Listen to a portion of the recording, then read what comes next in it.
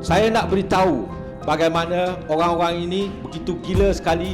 They do not really comprehend the meaning of collective memory. Neither they fully understood what is the meaning of heritage.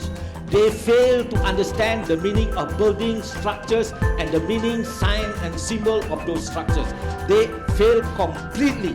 And what they are doing now is the destruction of Chinatown.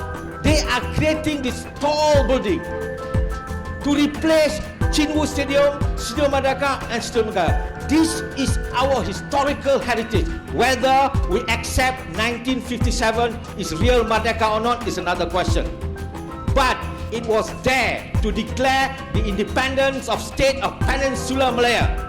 And that is historical heritage. To destroy that is destroying my collective memory. It belongs to all of us. Bangsa yang besar, bangsa yang agung, adalah bangsa yang tahu menghargai warisan. Membangun Kuala Lumpur dan berjalan kira-kira 40 tahun, kita melihat banyak warisan kita yang telah lenyap. Banyak sekarang. Kalau kita lihat Kampung Kerinci di Bangsa, Kampung Abdul Hukum sekarang sudah habis.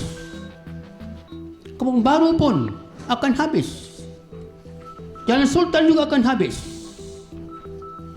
Central Pasar, tempat orang-orang India mula-mula datang ke Malaysia ini pun mau habis. Dan akhir-akhir ini kita lihat pula satu projek, satu pembangunan yang mau menghapuskan warisan kita.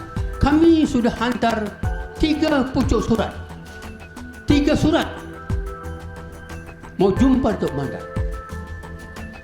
So kita mau tahu apa rancangan ini. Tapi dia langsung tak mau jumpa kita. Ada 3 pihak yang kita panggil. Satu ialah Kementerian Wilayah Persekutuan dan Kesejahteraan Bandar. Dia punya bos itu Raja Nongcik. Dia kata kita panggil, ini bukan dia punya hal, ini DBKL punya hal. Kemudian kita pun hantar surat juga kepada PNB, Perbadanan Nasional Berhad. Dia pun bagi tahu dia tak mau jumpa kita. Nanti dia mau bikin satu meeting, close meeting, jumpa dalaman. Kita pun tak tahu apa jadi. Dan juga kita pergi lagi satu Bandar Raya atau Bandar Super. Macam mana yang ada itu? 我们有一块土地，就是在这个尊孔独立中学或者是这个富营堂旁边的一个三角地带，是他们现在就要做了公路的一个出口处，就是主要的出口处要从那边出，总共的面积是有3000方尺左右。我们跟他讲，我们金屋是绝对不卖土地的，但是不卖土地，他要用我们那个土地怎么办？他唯一的用途就是唯一的手段。就是向 DBKL 土地去acquire 我们这个土地，然后做一个象征式的赔偿，这个是他们要做的。可是我们讲，我们不能够接受这个问题。我们说这个 EIA 的报告、Social Impact 报告以及其他的 Public consultation 等等呢，他们一概都不能够做。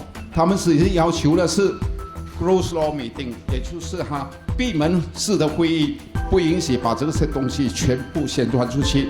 UEM, which is a GLC that was owned by Halim Saad, who actually got this land in exchange for building the Bukit Jalil National Stadium under the Commonwealth Games, so that they could tear it down and then build office lots and also commercial lots in return for payment for Bukit Jalil. But because of the 1998 crisis, they couldn't do this, and this land was actually sold to Dana Hatta, who then sold it to PNB at a very cheap price compared to what it's worth now. So how can public land be sold? right? So this is a time when Dr. Mahathir was in power and Malaysia boleh lah. So we know that a lot of these things happened during that time. In 1932, the British government then actually did 2 reservations of the area. This is the area where the National Stadium is. It will be to be reserved for a public purpose, to wit, a People's Park, to be maintained by the Chairman, Sanitary Board, Kuala Lumpur. So you have, under our laws, the area that has already been reserved for a public purpose. When the land was reserved for a public purpose, the land can only be used for that purpose. Okay, so what the British government did back then, when they reserved it for a park and they reserved the area for a school, those areas can only be used for that particular purpose and for no other purpose. According to our laws, all right, here again the National Land Code says, state land means all land in the state other than alienated land, which is your private land. Reserved land, okay, here it says reserved land is not state land. It means it doesn't belong to the government. What does reserved land actually mean? It actually means that land that has been reserved for a public purpose and is maintained. It is maintained by people's taxpayers' money. In our case here for Kuala Lumpur, a public park is to be maintained by DBKL, and your taxpayers' money goes towards the maintenance of that public park. Here you have the land sold off to a private developer. How did this happen? Okay, that is a very important question to ask. According to our laws, our government could not have sold this land because it was technically the people's land. Land that was set aside for the people for a public purpose. It could not have sold it, but it was sold.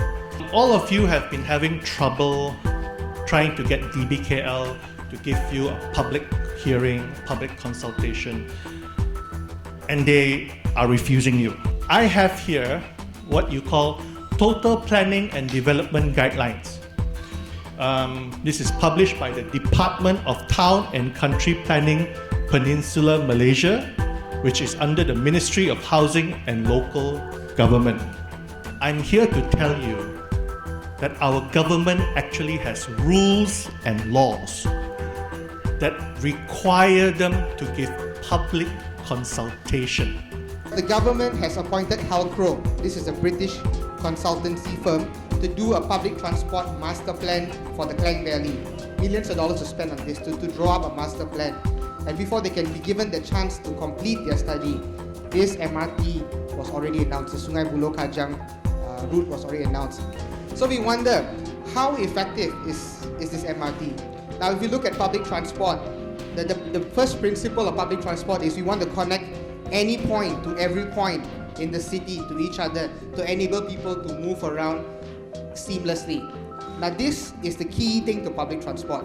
But however we see the government and Pemandu's approach to public transport is different. They are deploying a few selected routes for LRT and MRT lines.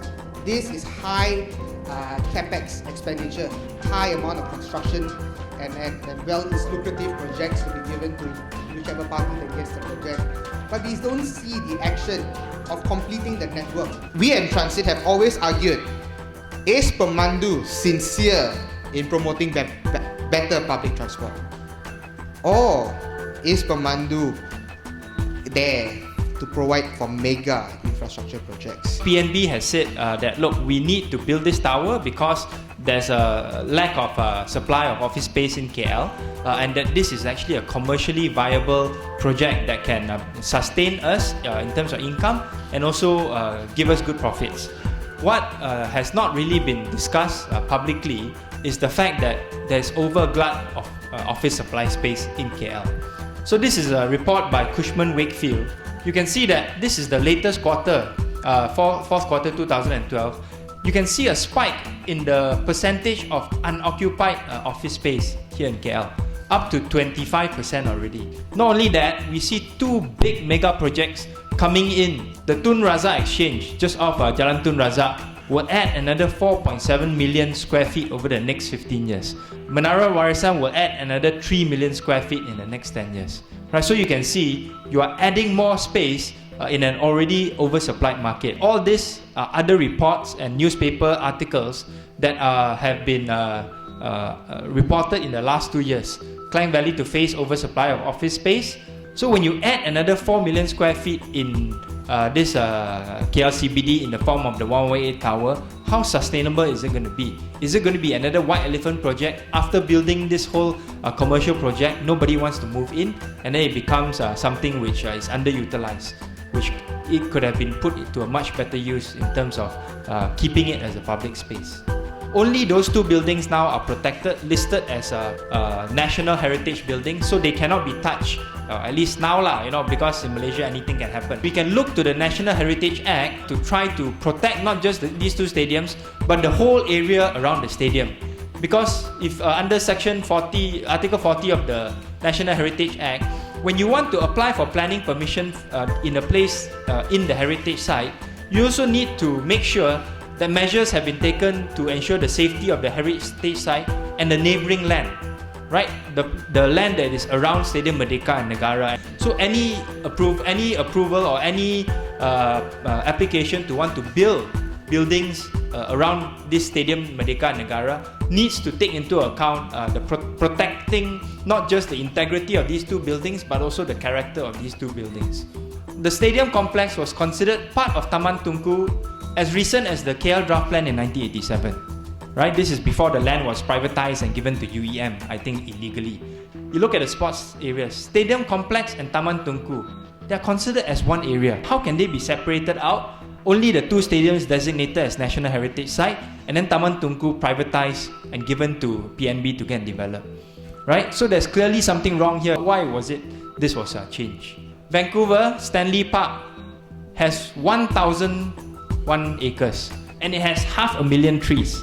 This is downtown Vancouver. This is downtown Vancouver. You just walk less than 5 minutes, you reach there already. Mexico City is one of the most congested cities in the whole world, with over 20 million people. And yet, in the middle of Mexico City, they have a park that's 1,700 acres. So, given the fact that we have all these public parks around the world, right in the heart of very, very crowded cities, what we are asking for is actually not a lot. Stadium Complex and Taman Tunku, we're just asking for 30 acres. It's only 30 acres compared to the 1,000 acres, 800 acres that you can see in other major cities in the world. I think it's important for us not just to stop this Menara 118, but to actually restore Taman Tunku and ask the government to give this as the gift to the people, to restore this to the rightful place of the people so that we can enjoy it just like all these other major cities in the world. The minister may impose different procedures and guidelines for the management, conservation and preservation of different categories of national heritage. So if let's say this minister is not willing to protect national heritage, what can we do? We can change the minister. If you do not change the federal ministers, including the Minister of Communications and Culture, and who is Raya, and also the Minister of Federal Territory who refuses to take part in this debate, then we need to change the federal government so that these ministers can be replaced and other people who can be put in who I think would be in a much better position to protect Taman Tunku and to restore Taman Tunku to its rightful place to all of you, the members of the public.